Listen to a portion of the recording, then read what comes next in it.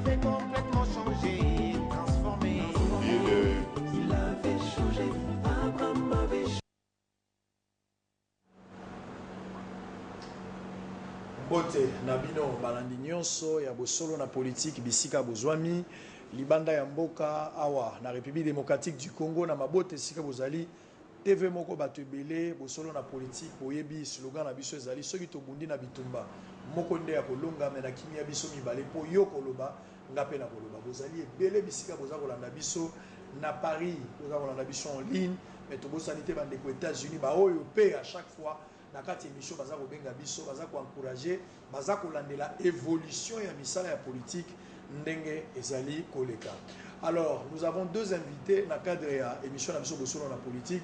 Première partie to yamba mwana mboka oto anosaki bino depuis lobi na butu bozaki na information bandeko à Facebook bomonaki même bandeko balandaki TV lobi na lelo na tongo bozaki déjà informé que to yamba bana mboko mibale to yamba monsieur Gabin Chite ya président ya Condor na monsieur ingénieur Tingi président ya Ligue des serviteurs bango de baza invité na biso mais le ko les akali solo ya mwana mboka lobi mwana mboko pe akoloba tozaka penza na débat te tolingaka mingi de makanisi ya bato ebima po tolobaka molaya moto ko yebango jamais na photo passeport il faut photo à mobimba et loko yoko ko ça les a bobenga biso te mais plutôt comment ba message na numéro na biso za place wana toza ko lobela lisolo ya politique et ko ça la bien parce que congolais moko akozwa maele lelo na pourquoi président Gabin Chitea président ya Condor totombeli yo boye malamu encore pour une troisième fois na lisanga na biso munene o tobengaka bosolo na politique boye malamu. Merci beaucoup de Ronangai Naroyambangai Malamu. Apparemment voilà il faut témoigner quand même sincèrement on n'avait jamais été résistant à chaque fois invitation et yaka peu importe la forme et le temps toujours disponible. Est-ce que ça une confiance que vous témoignez à notre égard ou bien vous allez peut-être excès des ailes à la TV. Excusez-moi de vous qualifier comme ça. Non, le problème il y a un problème de prérogative. Et déficit moko ezali makasi na mboka na biso ya acteurs politiques par rapport à la communication. Vraie communication. Parce que nous on a comme les prérogatives de s'attaquer à des anti-valeurs dans la classe politique. Donc de toute tendance. Et nous devrons être censés devoir d'éduquer la population, d'éveiller la population, parce que très beaucoup baza na TV bazo le kaka pour na visibilité. Mais eza kaka visibilité, il faut vraiment avoir la profondeur et la mission d'édifier le peuple. Ça c'est très bien. Alors, Tolito Banano, bonne santé à ba Congolais. Oyo bazaki bénéficiaire ya SOS Oyo la sangi na part ya Condor assistance pour la bandeko bazoka ba balle na le 19 na le 20 septembre oyo uti koleka bazaki na ba hôpitaux évolution na bango eza boni eza na mission so babimi déjà état na bango eza ka critique ou bien évolution ezali déjà. Non bon merci pour la question mais comme boyebi il faut toujours qu'au commissariat information est la plus claire. Ezalaki na cadre ya fondation MGT ezalaki na cadre ya parti politique te eza action moro sociale qui était Condor action ya santé assistance mais esalami na fondation MGT batu bazalaki ba victime il y a le 19 na le 20 même tokuteki na le 21. Ce sont des gens qu'on était en train d'assister. Au Tokute, dans l'hôpital, ma coquille rose à la mouquet. On assiste au Yubazan Nango déjà, Bima, Babimi. Donc on a eu à avoir une continuité. Jusque-là, on a des autres qui ont été abandonnés dans l'hôpital que tout ça pour réunir quelques moyens. On peut s'occuper en passant les gens qui sont dans le pouvoir pour aider Bandekoana Oyo. Batambola qui est puis bazalaki ba victime pour na combat na bison démocratique. Ouais. Donc si on peut, j'ai même le cas qui est vraiment encore en cours. Tozanango, il y a le plus jeune victime, Azo qui balle na motu. On a extrait la balle, mais il a un problème avec l'œil. Il faut subir opération Moro-Lissoso. Donc c'est un enfant de 5 ans qui s'insoit. Il s'appelle Abel. Donc nous cherchons le moyen pour pouvoir sortir cet enfant-là de cet handicap-là. On a eu à écrire... Est-ce que vous n'avez pas pensé peut-être solliciter à ta rencontre le gouverneur de la ville, lui qui est habitué à distribuer des 5 000 $ dans la famille éprouvée, bien que le problème à Kinshasa reste un grand problème, mais qu'au Kababa 5 000, 50 000, voire même l'équipe à Renaissance, je cite parce que je suis témoin de cet événement-là. Vous n'avez pas pensé à le voir, autant la paix bonne foi, peut-être il peut vous apporter un montant colossal pour permettre de faire soin. Non, je crois qu'Aza déjà na bisoto komagi na ministère intérieur parce qu'il y a déjà na Mokumba Moro, je crois que c'est très compliqué parce que na ba tourner na biso wana tokuten na baka ebele même biso tozali na ba auto s'occuper na bango. Nous avons 2 cas, il y a bateau yo bakufi na ba opération oyo tosungaki bango mais bakor na bango il fallait bas à l'enterrer. Les familles sont en train de faire famille de marche, il y a 5 000, il fallait pas payer sa famille, mais ils ont en vain. Donc ça a été que de fait d'artifice. Ils ont un peu discours moro-politicien. Donc je ne sais pas si l'hôtel de ville pourra se rattraper à ça. Ça sera quelque chose à l'écart de la politique qui pourra aider énormément de familles parce que dans les conditions, il y a des militants, des militants, bano lokola il y a 5 ans à 12 ans bakufi na kati ya ndako na bango na butu na kisenso. Donc c'est pas des gens où il va retraiter bango autrement. Il faudra que le gouvernement quand même la responsabilité de l'autorité de l'État à apaiser. Alors, ça c'était juste l'entrée déjà pour tous avoir précision par rapport il y a Makamundeng et Zolé qui la méthode nous solo et politique parce que ça fait débat Makambo Sika et Kogota Mamekolonios. Actualité oblige, voilà pourquoi to Sengaki disponibilité d'ailleurs selon demande Yabana Mboka, Ndetunimito Yambayo, le long la pourquoi yon a ingénieur Ntingi mais chacun à son tour pour n'avoir pas sa vision par rapport à l'évolution politique. Va suspendre M. Kimbembe Mazou. Monsieur Kimbembe yenda zalaki mokonzi ya Onatra.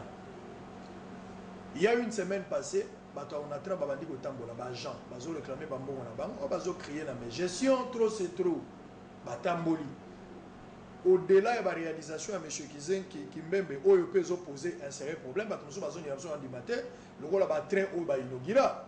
Ba inaugura ba train chef de l'état ya na wamso abezaki na bilokos mais ba pakola ngo couleur, ba ITB kokolo ba biaki ndako bangala.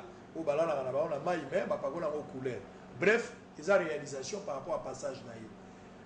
Batubas muta suspendre ezali ministre à portefeuille. Mais ma question automituna, la ligne penza yo lobana komba population, est-ce que ministre à portefeuille a la qualité il y a suspendre monsieur Kimbembe Mazunga bien que mes gestions koko zala o eza décrié et pas ya bandeko, il y a on a trabaja ba o baza ko la passe pour ngoma là. Non, je ne crois pas.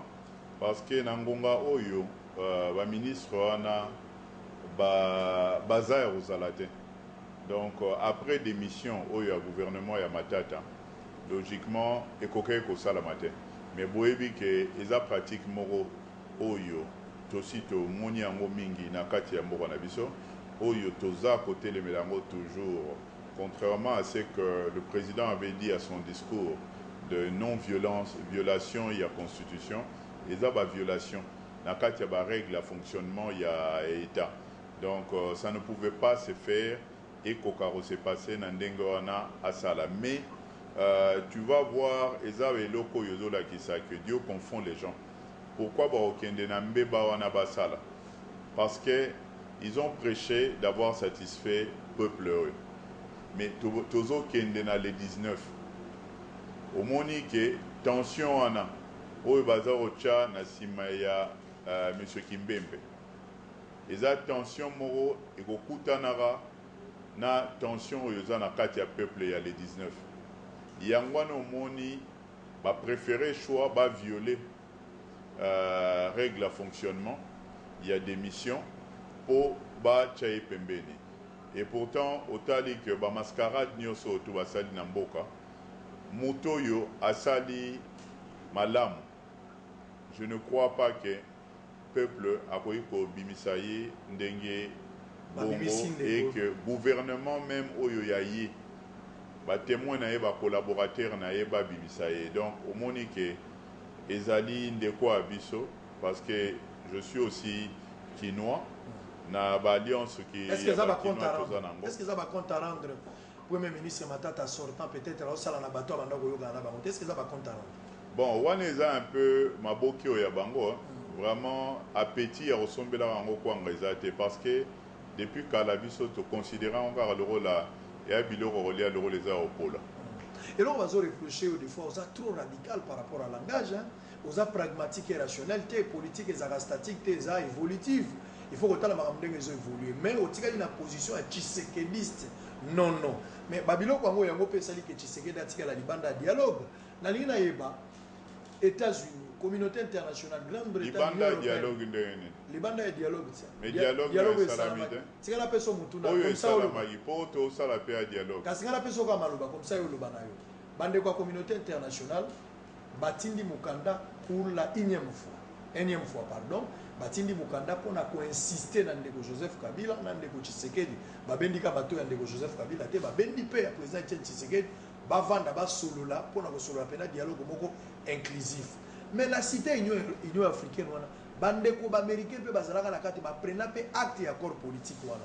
Est-ce que ce n'est pas un jeu au bandeko Amérique baza au senga biso pendant que les trains ta marche mboko za otambola déjà?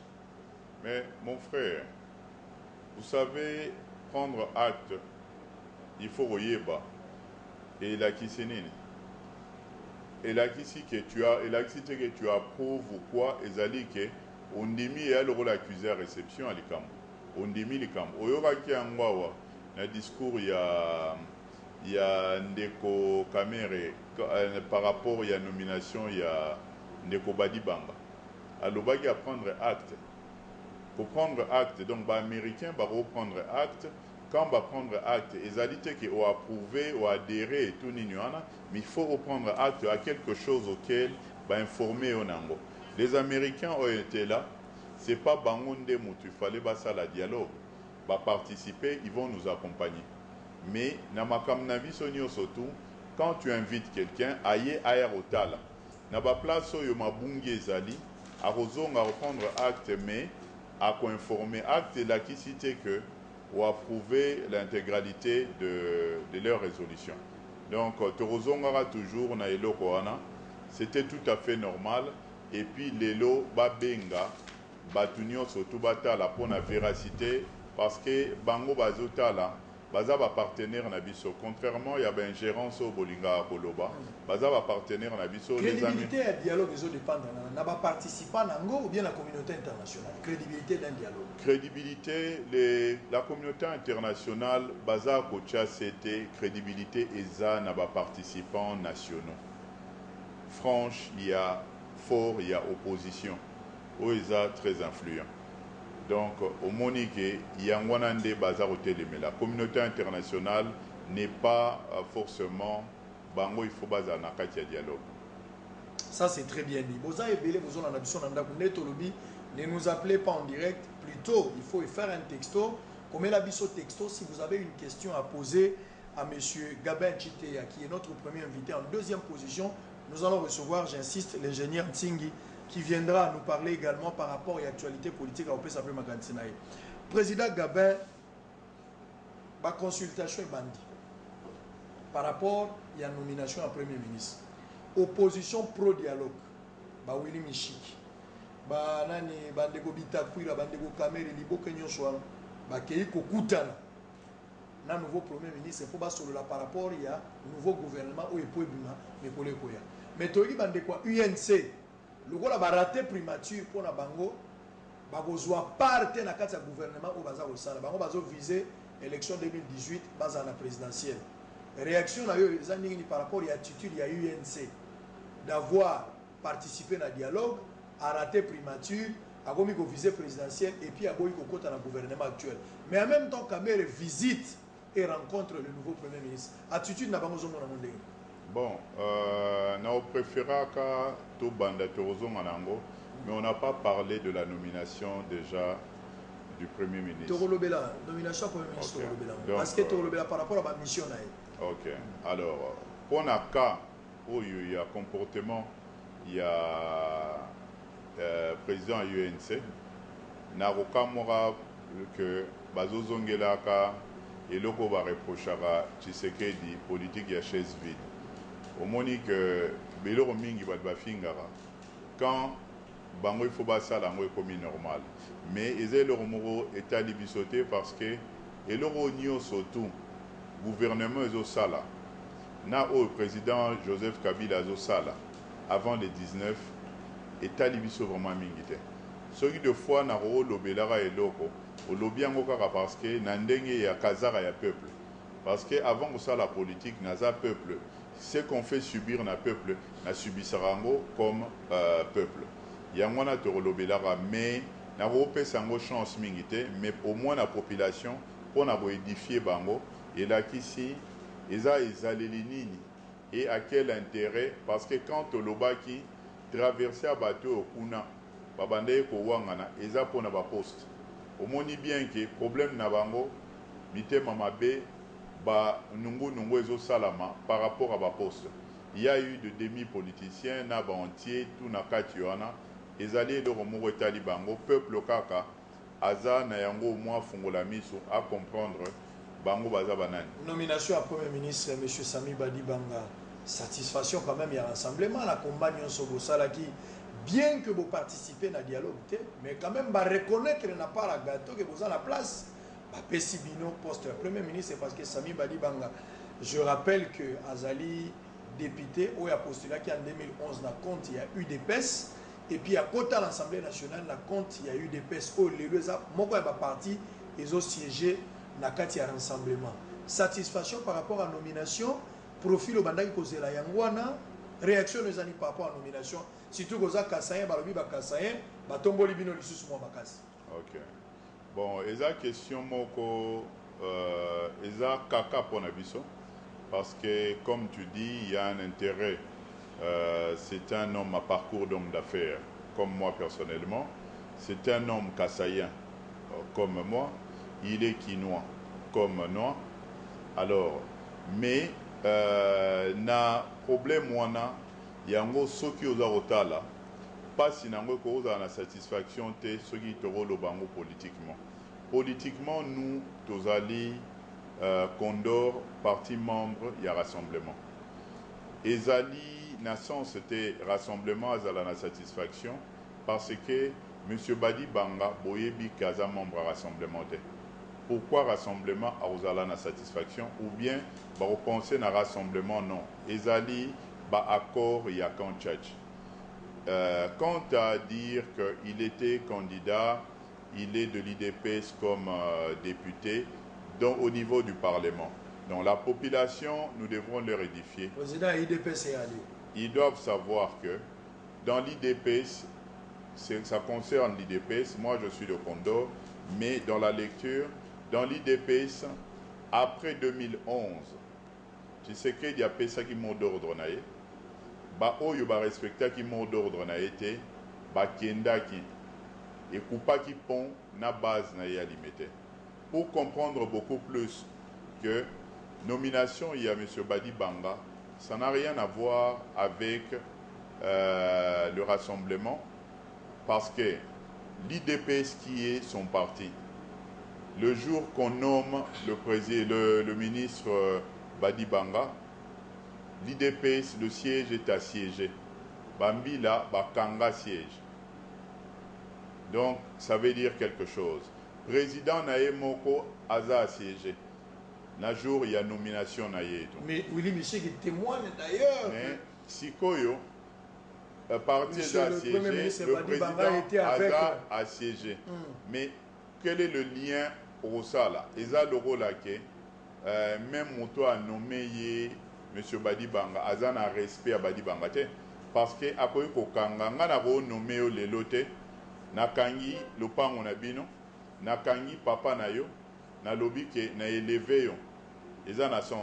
Ce sont des accords, il faut dissocier.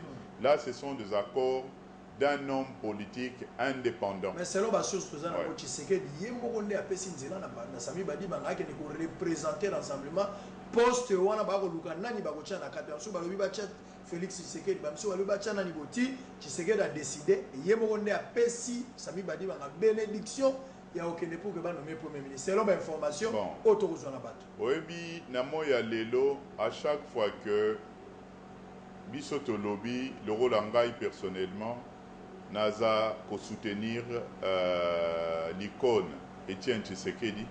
Je suis un Tshisekediste. À chaque fois qu'il y a un meeting, ça n'a meeting ici. Mais pour te éviter, Bamakambouana, peuple, il faut qu'on éclaircir Bango.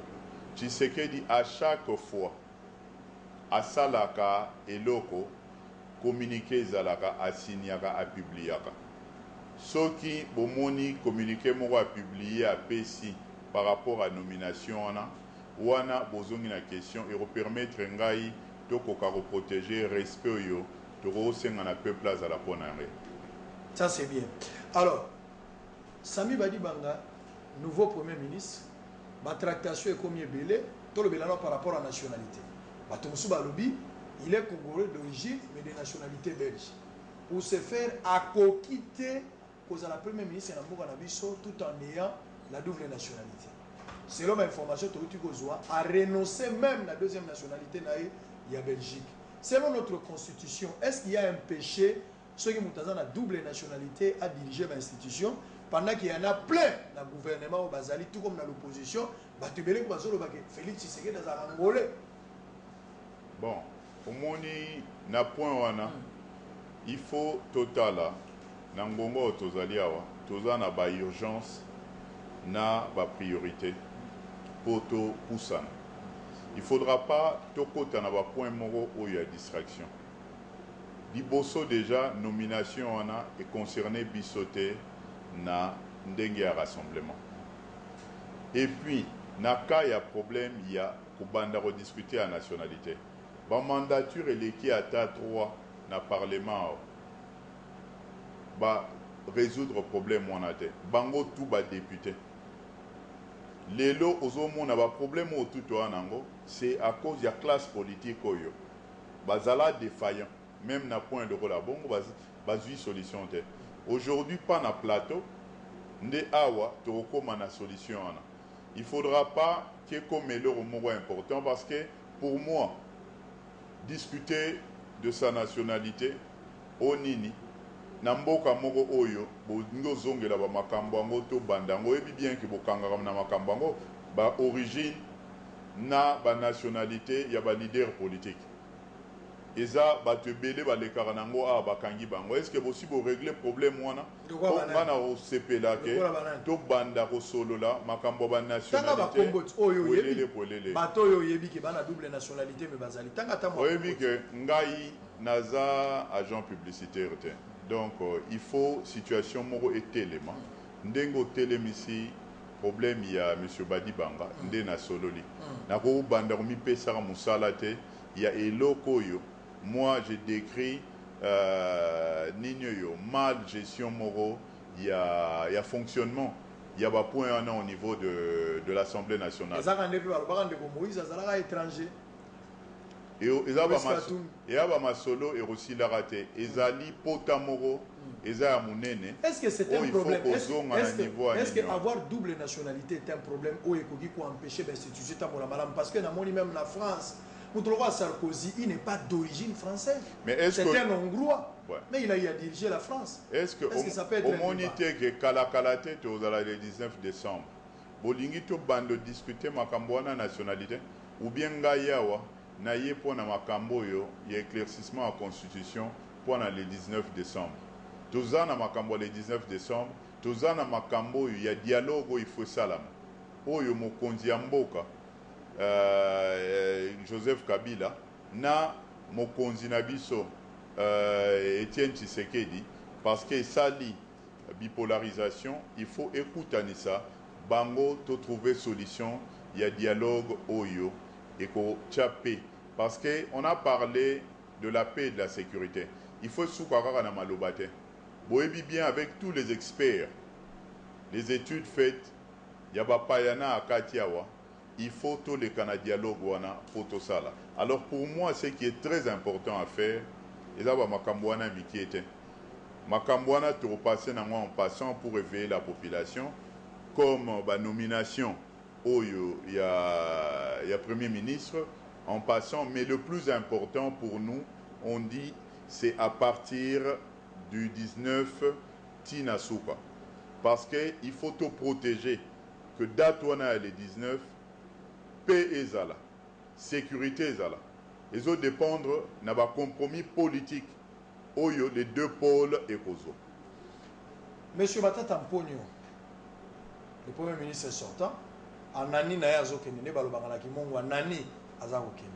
Mais avant Kende, après démission, tu as remarqué que nomination, il y a un mandataire dans l'établissement public à l'été salami. Dans OGFREM, dans DGDA, dans FPI, dans OCC, il y a une bonne chance dans India, bien que tu belé. Pas à douter par rapport à la nomination, mais signature c'est vendu. Monsieur Badi Banga, le président de la République lobby. Mission mi balé sacré au Bapessi. Il y a les bosseux qui organiser l'élection, il y a mi balé zali social à Congolais et Bonga. Budget pe matata mpono na kobima. Atiki budget presque ya kokabona pardé 4 milliards quelque chose et quelque. Est-ce que bandeko ya majorité en nommant ndeko Sami Badi Banga oya outi et pas inabino na rassemblement mais en même temps outi na rassemblement mais en même temps va bloquer pour na nommer ba mandataire ya sika. Est-ce que zali échec moko prévisible déjà ba bongisi pour na a échoué ou bien c'est une manière de l'accompagner pour s'en sortir par rapport à la tâche mi balo azana ngoya minene ya ko organiser élection pe ya ko pesa ko lia na ba congolais. Bon, M. Badi Banga, ce n'est pas un membre du Rassemblement. M. Badi Banga, c'est un député de l'Assemblée nationale de l'IDPS. Franche, il y a IDPS et Kota qui n'a pas institution. Là, c'est un point qui doit être clair.